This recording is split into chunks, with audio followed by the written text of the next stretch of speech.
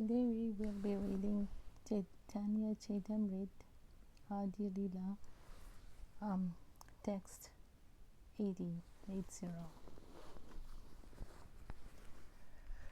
Without many consorts, there is not such exhalation in rasa. Therefore, there are many manifestations of Srimati Radha Rani to assist in the Lord's pastimes.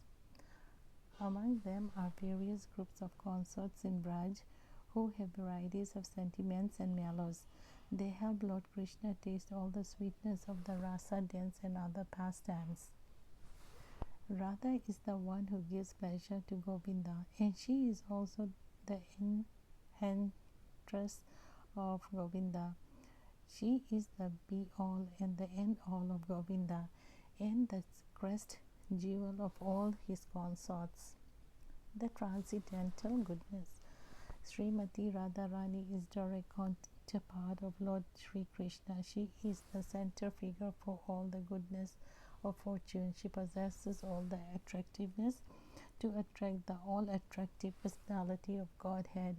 She is the primeval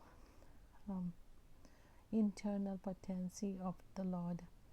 Devi means resplendent, the most beautiful, or else it means the lovely abode of the worship of love supports of Lord Krishna.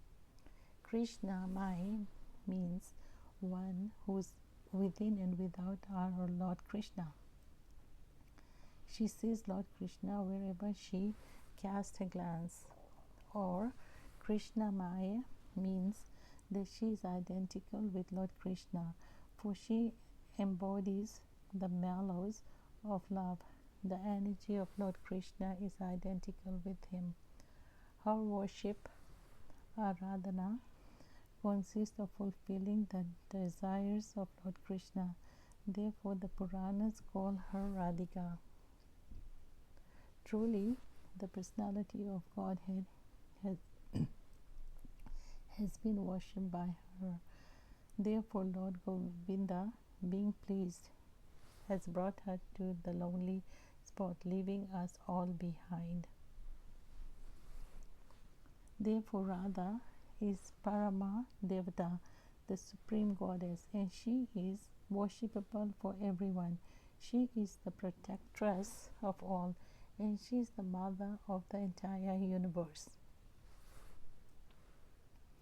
I have already explained the meaning of Sarva Lashmi. Radha is the original source of all the goddesses of fortune, or Sarva Lashmi indicates that she fully represents the six opulence of Krishna. Therefore, she is the supreme energy of Lord Krishna. The word Sarva Kanti indicates that all beauty and lustre rest in her body. All the Lashmis derive their beauty from her. Kanti may also mean all the desires of Lord Krishna. All the desires of Lord Krishna rest in Srimati Radharani. Srimati Radha fulfills all the desires of Lord Krishna. This is the meaning of Sarva Kanti. Lord Krishna enhances the world, but Sri Radha enhances even him. Therefore, she is the supreme goddess of all. Sri Radha is the full power, and Lord Krishna is the possessor of full power. The two are not different, as evidenced by the revealed scriptures. They are indeed the same, just as musk and its scent are inseparable, or as the fire and its heat are non-different. Thus, Radha and Lord Krishna are one, yet they have taken two forms to enjoy the mellows of their pastimes. To promulgate prema bhakti, devotional service in love for Godhead, Krishna appeared as Sri Krishna Chaitanya with the mood and complexion of Sri Radha. Thus, I have explained the meaning of the 5th verse.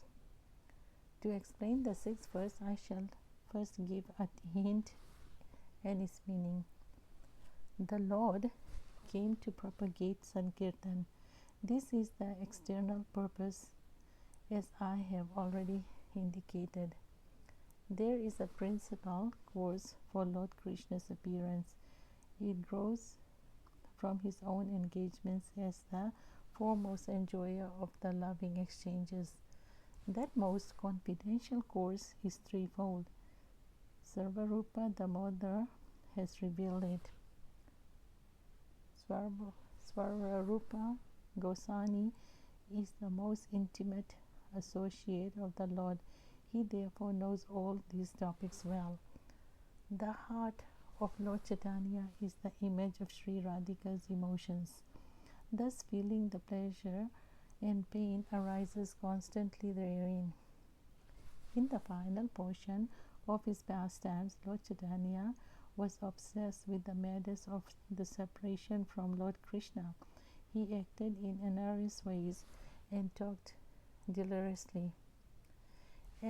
Just as Radhika, when mad at the sight of Uddhava, so Lord Chaitanya was obsessed day and night with the madness of separation. At night he talked incoherently in grief, with his arms around Sarvarupa Damodar's neck. He spoke out his heart in ecstatic inspiration. Whenever the particular sentiment arose in his heart, Sarvarupa Damodar satisfied him by singing songs or reciting verses of the same nature. To analyze these pastimes, it is not necessary now. Later I shall describe them in detail. Formerly in Braj, Lord Krishna displayed three ages, namely childhood, boyhood, and adolescence. His adolescence is especially significant. Parental affection made his childhood fruitful. His boyhood was successful with his friends. In youth, he tasted the essence of rasa, fulfilling the desires in pastimes like the rasa dance with Srimati Radhika and other gopis. In his youth, Lord Krishna made all three of his ages and the entire universe successful by his pastimes of amorous love like the rasa dance. Lord Madhusudana enjoyed his youth with pastimes on autumn nights in the midst of the jewel like milkmaids. Thus he dispelled all the misfortunes of the world. Lord Krishna made Srimati Radharani close her eyes in shame before her friends by his words relating their amorous activities on the previous night. Then he showed the highest limit of cleverness in drawing pictures of dolphin in various playful sports on her breasts. In this way, Lord Hari made his youth successful by performing pastimes in the bushes with Radha and her friends. O Purnamasi, if Lord Hari had not descended in Mathura with Srimati Radharani, his entire creation, and especially Cupid, the demigod of love, could have been useless.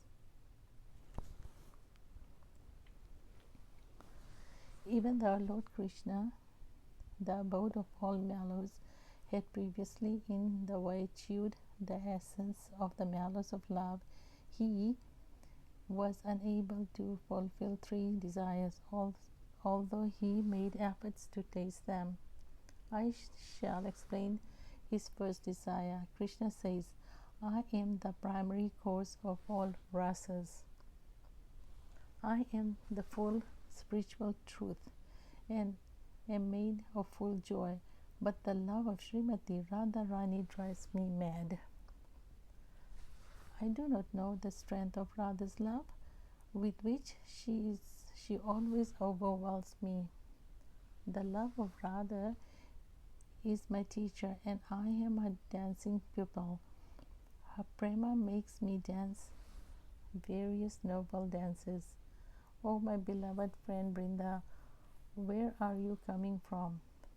Whatever pleasure I get from tasting my love for Srimati Radha Rani, she tastes 10 million times more than me by her love. Just as I am the abode of all mutually contradictory characteristics of Radha's love is always full of similar contradictions.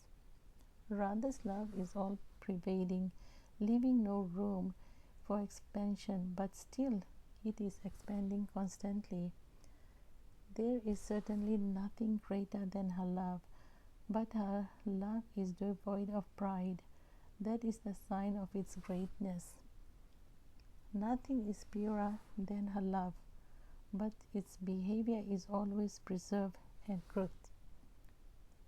All glories to Radha's love for Krishna, the enemy of the demon Mura. Although it is all pervading, it tends to increase at every moment. Although it is important, it is devoid of pride, and although it is pure, it is always beset with duplicity. Sri Radhika is the highest abode of that love, and I am its only object. I taste the bliss to which the object of love is entitled, but the pleasure of Radha, the abode of that love, is 10 million times greater. My mind races to taste the pleasure experienced by the abode, but I cannot taste it, even by my best effort. How may I taste it?